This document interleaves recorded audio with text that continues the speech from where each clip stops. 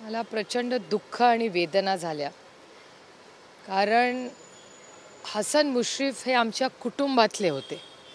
अनेक वर्ष आदरणीय पवारसाहेबांनी त्यांच्यावर प्रचंड प्रेम केलं आणि त्यांच्या घरावर जेव्हा ईडीचा छापा झाला तेव्हाही त्यांच्या पत्नी या बाहेर येऊन लढलेल्या एक अतिशय कर्तृत्ववान महिला असं मी त्यांच्याकडे पाहिलं.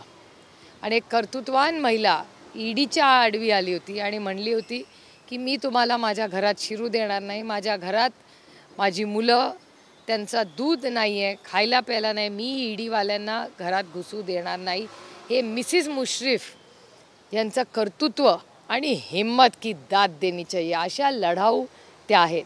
मला खूप अभिमान आहे मिसिस मुश्रीफांचा की त्या ना ईडी ना सीबीआय आणि इन्कम टॅक्सला कशालाच घाबरल्या नाहीत. आणि भारतीय जनता पक्षाने अनेक वेळा मुश्रीफ साहेबांवर प्रचंड आरोप प्रत्यारोप केले. खोटे खरे मला माहिती नाही, पण भ्रष्टाचाराचे आरोप मुश्रीफ कुटुंबावर भारतीय जनता पक्षाने केले. आणि त्यानंतर त्याच भारतीय जनता पक्षाच्या डर्टी डझन जो आरोप होता त्याच्यातही त्यांचं नाव होतं असं मला वाटतं.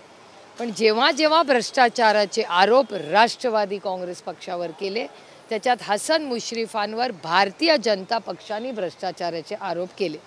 नंतर काय झालं मला माहिती नाही. वॉशिंग मशीन झालं नाही झालं मला याच्यातलं काही माहिती नाही. पण हसन मुश्रीफ आणि भारतीय जनता पक्ष एका सरकारमध्ये आले.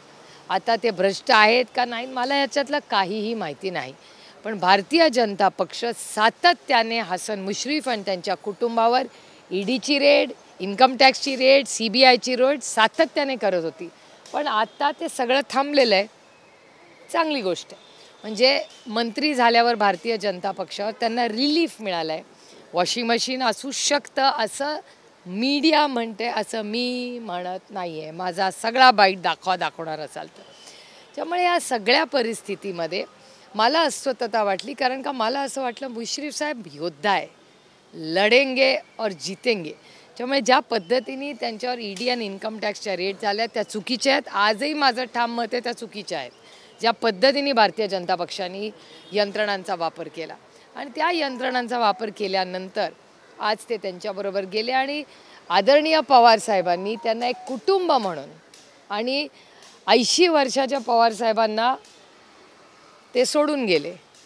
पण आदरणीय पवारसाहेब लढवई आहेत.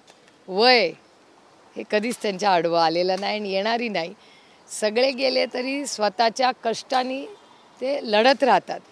आणि त्याच्यामुळे मला मुश्रीफ साहेबांचं आश्चर्य वाटतंय की आज असं ते कसं काय बोलत आहेत. त्यांचं असं म्हणणं आहे की ज्यांनी माझ्यावर आरोप केले त्यांनाच आता आपल्याकडे घेण्यात आलं. ज्यांनी आरोप केले ना, पण हा प्रश्न तुम्ही देवेंद्र फडणवीसांना विचारा की ईडी आणि सीबीआयची रेड देवेंद्र फडणवीसांनी केली ना मुश्रीफ साहेबांवर.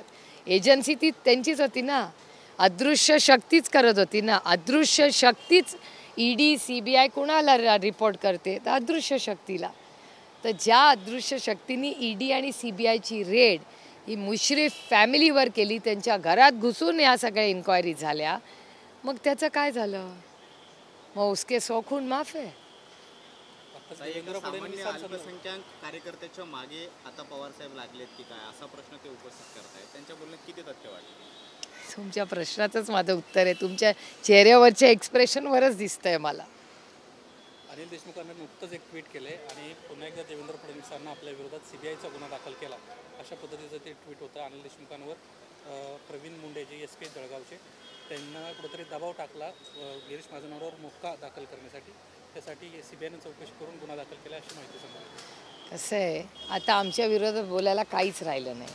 मला असं वाटतं सत्तेतल्या लोकांनी हा सगळा फोकस जो छत्रपतींचा अपमान केला आहे, त्यानंतर महाराष्ट्रात होणारे महिलांवरचे अत्याचार, बलात्कार, महागाई, बेरोजगारी आणि भ्रष्टाचार याच्यावरच सरकारने आम्हाला उत्तरं दिली पाहिजे. आणि हे जे सातत्याने होम मिनिस्ट्रीमध्ये माझी खरं स्वतः देवेंद्र फडणवीसांकडून माझ्या खूप अपेक्षा होत्या. जरी मी विरोधी पक्षातली असले तरी अरे विरोधक पण दिलदार असला पाहिजे. त्याच्यामुळे मला नेहमी वाटायचं की जरी एका वेगळ्या विचाराच्या पक्षात देवेंद्रजी काम करत असले तरी ठीक आहे, अच्छे को अच्छा बोलना चाहिए. 5 वर्ष ते या राज्याचे मुख्यमंत्री होते. राज्याला खूप अपेक्षा होत्या. 2 पक्ष फोडून देवेंद्रजी आता आलेत, ज्याचा सार्थ अभिमान त्यांना आहे, असं त्यांनीच तुमच्या चॅनलवर बोललं आहे. आज त्या देवेंद्र फडणवीसांनी महिला सुरक्षितता आणि नागरिक सुरक्षितता, कोयता गँग, पोलिसांवर होणारे हल्ले याच्यावर लक्ष घातलं पाहिजे. तू मेमेमध्ये कुठे अडकताय? म्हणूनच या राज्याच्या कायदा सुव्यवस्था जी ढासळलेली दिसते ना, कारण का इन्कम टॅक्स, CBI, ED, घरं फोडा, पक्ष फोडा, ह्याच्या पुढे यांना काही कामच नाही राहिलं. अजितदादांची एक जाहिरात सध्या सोशल मीडियात व्हायरल झाली आहे, लाडकी बहीण योजना. याच्यामध्ये ना मुख्यमंत्री शब्द आहे, ना महायुतीतल्या इतर कुठल्या नेत्याचा फोटो आहे. एकंदरीतच अजित पवारांनी ही योजना आणली आणि ही योजना महिलांपर्यंत घेऊन जातो, अशा पद्धतीचा एक संदेश देण्याचा प्रयत्न त्या निमित्तानं होतो. मी पाहिलेली नाही, त्याच्यामुळे मला माहिती नाही. भाजपचे एक आमदार आहेत ते गौतमी पाटील ज्या लावणीचं काम करतात त्यांच्यावरून नाचतानाचा व्हिडिओ त्यांचा व्हायरल झाला आहे आणि एकीकडे सांगितलं जातं की सांस्कृतिक पणा कशा पद्धतीने असायला पाहिजे. भाजपचा आमदार असलेला व्यक्ती असं नाव यवतमाळ उमरखेडमध्ये मी तुम्हाला खरं सांगू, एक तर लोककलांबद्दल माझ्या मनात सार्थ कौतुक आणि अभिमान आहे. माझ्याही मतदारसंघात अनेक महिला अशा आहेत ज्या ह्या सांस्कृतिक कार्यक्रम करतात आणि मी त्याला मान सन्मानाचंच ठरवते. आता कुठल्या आमदारांनी काय केलं काय नाही ह्याची मला खरंच माहिती नाही. मला असं विचाराल तर ह्या राज्यासमोर महागाई, बेरोजगारी, भ्रष्टाचार, महिलांवर होण्याचे अत्याचार, बदलापूरची केस आणि छत्रपतींचा अपमान हे महत्त्वाचे मुद्दे आहेत आणि या सरकारने याचं उत्तर दिलं पाहिजे. ABP न्यूजला आपण एक मुलाखत दिली, त्याच्यामध्ये आपण स्पष्टपणे म्हटलं आहे की मुख्यमंत्री उद्धव ठाकरे होऊ शकतील, काँग्रेसचा होऊ शकेल, राष्ट्रवादी काँग्रेस पक्ष मात्र कुठेही शर्यतीमध्ये नाही. आदरणीय पवार साहेबांची लाईन आहे, मी तीच पुढे, म्हणजे आमच्या नेत्यांचा जो निर्णय तोच मी पुढे तुम्हाला सांगितला. मी काही वेगळं त्याच्यात सांगितलेलं नाही. ताई, मागच्या काही दिवसापासून धार्मिक मुद्द्यांच्या आधारे कुठेतरी समाजामध्ये तेढ निर्माण करण्याच्या गोष्टी घडतात. अनेक राजकारणी त्याचे विधान करतात. भाजपचे नेते नितेश राणे यांनी मस्जिदीकडे बंदुकीचा इशारा करून दाखवणं किंवा मस्जिदीत घुसून मारू अशी भाषा करणं आणि त्यामुळे जे काही आरोप प्रत्यारोप राज्यभरामध्ये होत आहे ते बघतो. तुम्ही कसं या सगळ्या मुद्द्यांकडे पाहता? आणि नितेश राणे यांची जी काही विधानं आहेत ती कुठेतरी आक्षेपार्ह आहेत, धार्मिक भावना भडकावणारे आहेत असंही बोललं जातं. मला असं वाटतं हा प्रश्न तुम्ही मला विचारायच्या ऐवजी कायदा सुव्यवस्था ज्यांच्यावर जबाबदारी आहे ना त्या होम मिनिस्ट्रीला तुम्ही विचारलं पाहिजे, मला विचारायच्या ऐवजी. कारण का ह्या सगळ्याची जबाबदारी या राज्याच्या होम मिनिस्टरची आहे. त्याच्यामुळे हे सगळे प्रश्न होम मिनिस्टरला विचार. सबसे पहला सवाल ये कि आलं मराठी सगळं? एस टी संपाचा 7 वाजता आज बैठक होणार आहे. अजूनही तोडगा नाही आहे. कोकणात जाणारी मोठी संख्या आहे. नागरिकांच्या कोकणात असं नाही, ST असं आहे की महाविकास आघाडीच्या काळात याच एसटी संपावरती सदावरती असे किंवा इतर लोक खूप आंदोलन करत होते, गोपीचंद पडळकरवरती. आता मात्र ते आंदोलनात दिसत नाहीये. तुम्ही मला सांगताय माझ्या घरावर हल्ला झालेला विसरताय? पण महाविकास आघाडी काळात एसटी कर्मचाऱ्यांना हाताशी घेऊन हा संप पेटवणारे आता कुठेतरी शांत झाले. एसटी कर्मचारी स्वतः म्हणतात की आता जे प्रश्न उठवले जात होते आधी ते आता का उठवत गेले जात आहेत? विलीनीकरणाचा कसं असतं, सबसे बडी ताकद ना समय में है. त्याच्यामुळे कधी कधी न बोलणं, आदरणीय पवारसाहेब जे कमी बोलतात ना याचं सगळ्यात चांगलं उदाहरण हे आहे. आमचं सरकार होतं तेव्हा काय होतं, आज तुमचाच प्रश्नामध्ये ते सगळं 2 वर्षापूर्वीच्या घटना माझ्या डोळ्यासमोर जात आहेत. त्यामुळे सत्यमेव जयते, शेवटी सत्याचाच विजय होतो. सवाल ये है कि कागल में हम देखें, कागल में एक अलग ही राजनीति सामने आ रही है. हसन मुशर्रफ ये कहते हैं कि शरद पवार साहब आपसे बैर नहीं, लेकिन समरजीत सिंह घाटी तेरी खैर नहीं. और क्या वो ये भी जोड़ देते हैं कि अल्पसंख्यक को आप क्यों सता रहे हैं? एक तो मुशर्रफ साहब की कांग्रेस से बहुत प्यारे लग रहा है. ये जो लाइन है ना, पवार साहब आपसे बैर नहीं, ये उनकी ओरिजिनल नहीं, ये कांग्रेस की लाइन है. जो उन्होंने मोदी जी आपसे बैर नहीं, रानी तेरी खैर नहीं, ये ओरिजिनल राजस्थान के इलेक्शन की कांग्रेस की टैगलाइन है. तो मुशर्रफ साहब आज कांग्रेस की टैगलाइन से ही बोल रहे हैं. थोड़ा ओरिजिनल चलाइए यार, अभी तो आप बीजेपी के साथ हैं. लेकिन लगता है कि वो जो चुनौती दे रहे हैं कि वो बहुमत से ही जीतेंगे, क्योंकि मराठा कम्युनिटी हमेशा उनके साथ रही है, उनका दावा है. देखो ये लोकतंत्र है, एक सशक्त लोकतंत्र में हर एक को बोलने का अधिकार है. ठीक है. आप समरजीत सिंह की घाटिया की जीत को लेकर कितनी आश्वस्त है अगर मौजूदा? अरे मैं तो पहले से बेबाक, जब हमारी पार्टी एक थी और समरजीत घाटगे बीजेपी में थे, तब से मैं उनके पीछे पड़ी थी कि मुझे लग रहा था कि इस देश में, इस राज्य में अच्छे नए लीडर होने चाहिए और समरजीत घाटगे से मेरी बहुत सारी उम्मीद थी। और जब हम साथ में थे, राष्ट्रवादी कांग्रेस साथ में थे एक, तभी भी मैं समरजीत घाटगे जी को हमेशा जब कोल्हापुर जाती थी तो मैं मिलती थी। और इन सब जब मैं कोल्हापुर जाती थी, किसी का भी कोई भी लड़ाई हो, मुझे उससे कुछ लेना देना नहीं था, क्योंकि मुझे हमेशा लगता था कि ये लड़ाई में कोल्हापुर का डेवलपमेंट जो है वो रुका नहीं पड़े। और मैं समरजीत घाटगे जी को बहुत सालों से कहती आ रही हूँ कि आप एनसीपी में आ जाइए, आप किसी को भी पूछ के बोलिए। और मैं मिलती भी थी उनको, कोल्हापुर में जाती थी तब। लगता है कि इसी तरीके से बाकी के कई नेता हैं, फिर बार बार बात चलती है हर्षवर्धन पाटिल की या रामराजी नाईक निंबाड़कर की, वो भी आपका रुख कर सकता है आपकी पार्टी का। रामकृष्ण हरी। दूसरा सवाल ये है कि अनिल देशमुख खुद इस पे कहते हैं ट्वीट करते हुए कि उनके ऊपर सीबीआई ने फिर एक मामला झूठे तरीके से दर्ज किया और इसके लिए वो देवेंद्र फडणवीस को भी दोषी ठहरा। देखिए, देश में एक अदृश्य शक्ति है जिनको लगता है वो कुछ भी कर सकती है, लेकिन बाद में सत्यमेव जयते, सत्य परेशान हो सकता है, पराजित नहीं हो सकता। अभी ये करते रहेंगे ये लोग, मुझे कोई नहीं। अभी इलेक्शन आ गया है 2 महीने पे। कल भी माननीय मुख्यमंत्री जी ने कहा कि नवंबर में वोटिंग होगा, तो 2 महीने ये लोग करते रहेंगे ऐसे, लेकिन विजय तो सत्य के ही होगी। हाजी अराफात जो बीजेपी के नेता है अल्पसंख्यक विभाग के, वो अभी एक वीडियो पोस्ट करते हुए कहते हैं कि जो नीतीश राणे ने बयान दिया है कि मस्जिद में घुसकर मारने का विरोध करते हैं, और वो भी उसी तीव्र भाषा का विरोध करते हैं। और साथ ही उन्होंने देवेंद्र फडणवीस को कहा कि आप इन्हें समझाइए कि हम मुसलमानों को जोड़ रहे हैं, और नीतीश राणे के बयान से मुसलमान बीजेपी से टूटते हैं। ये सवाल आप मुझसे क्यों कर रहे हैं? ये सवाल आपने इस राज्य के गृह मंत्री देवेंद्र फडणवीस जी को पूछना चाहिए, क्योंकि जब भी इनके पार्टी का कोई ऐसे बोलता है, उनकी आपके टीवी की भाषा, ये मेरी नहीं है भैया। मेरे संस्कारों में मैं बोल भी नहीं सकती ये स्टेटमेंट।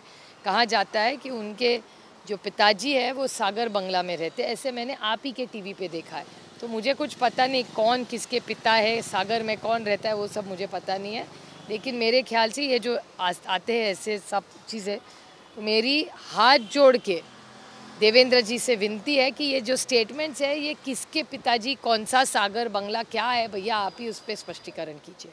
मैं बड़ी विनम्रता से इस राज्य के गृह मंत्री से विनती कर रही हूँ।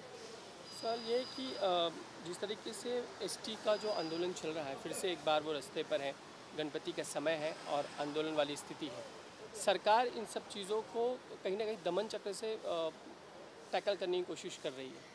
नहीं, मेरे ख्याल से आप देख रहे हैं आज महंगाई, बेरोजगारी और भ्रष्टाचार से लिप्त हुई ये सरकार है। महिलाओं पे अत्याचार हो, बलात्कार, बदलापुर की केस हो, इन्होंने तो छत्रपति महाराज को भी नहीं छोड़ा।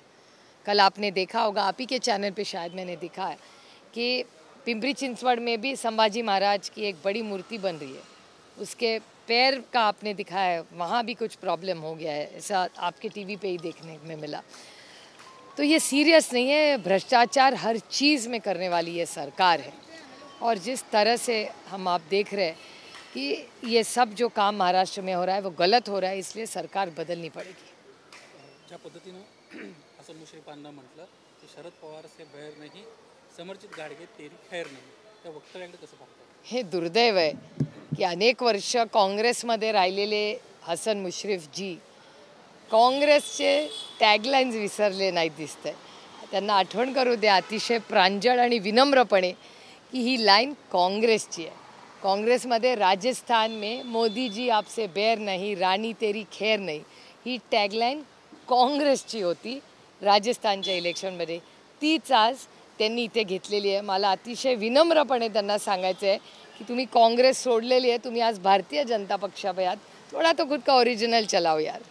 एका कार्यक्रमात बोलताना मुख्यमंत्री एकनाथ शिंदे यांनी नोव्हेंबरमध्ये निवडणुका होतील असं सूचक वक्तव्य केलेलं आहे. राज्यात अनेक प्रश्न तापलेले आहेत. खरं तर या निवडणुका आधी व्हायला अपेक्षित होतं हरियाणा आणि जम्मू काश्मीर. नाही, अर्थातच ह्याच्याबद्दल आम्ही सविस्तर, मी मागच्याच आठवड्यात मीडियाशी बोलताना म्हणले होते की आम्हाला जे कानावर येतं आहे 8 ते 10 तारखेला ऑक्टोबरची आचारसंहिता आणि 10 ते 15मध्ये मतदान, असंच आम्हाला मीडिया आणि काही काही लोकांकडून कळतं आहे. तर खरं ते ऑक्टोबरमध्येच व्हायला पाहिजे होतं. आणि रडीचा डाव खेळणारे लोक आहेत, हे सगळं कॉपी करून पास करणारे, 2 पक्ष फोडून येणारे, ह्याच्यात ते कॉपी करून पास होण्याचा त्यांना आनंद आहे. हम देख रहे हैं कि राज ठाकरे भी अभी मुंबई हो, नासिक हो या ठाणे में चुनाव लड़ने की तैयारी कर रहे हैं, वहाँ पे अपने उम्मीदवार उतारेंगे. उनका जो सर्वे है वो ये बताता है कि नाराज़गी महाविकास आघाड़ी और महायुति के भी खिलाफ लोगों में है. अब राज ठाकरे एक्टिव हो रहे हैं इलेक्टोरल पॉलिटिक्स में, फिर से दमखम से उतरने की कोशिश. नहीं, एक लोकतंत्र में हर एक को लड़ने का, आप भी लड़ सकते हैं, क्या प्रॉब्लेम है. रामगिरी महाराजांना अजूनही अटक होत नाही आहे. त्यामुळे इम्तियाज जलीलांना आता घोषणा केली आहे पुढच्या 5 दिवसांचा सरकारला वेळ देतोय, अन्यथा एक मोठी रॅली घेऊन मुंबईला धडकणार आहे. आज एवढे वक्तव्य तुम्ही गुन्हे दाखल झाले किंवा तर कारवाई पाहिजे.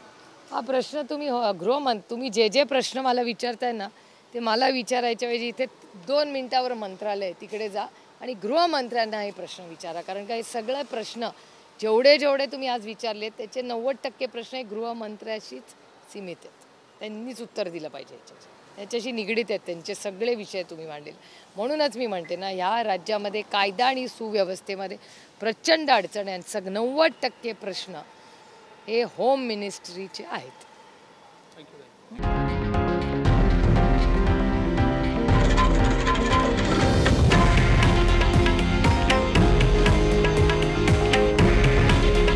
हे आहे देशातील नंबर 1 न्यूज नेटवर्क आणि आपण पाहत आहात TV9 मराठी. काळजी तुमची, हित महाराष्ट्राचं.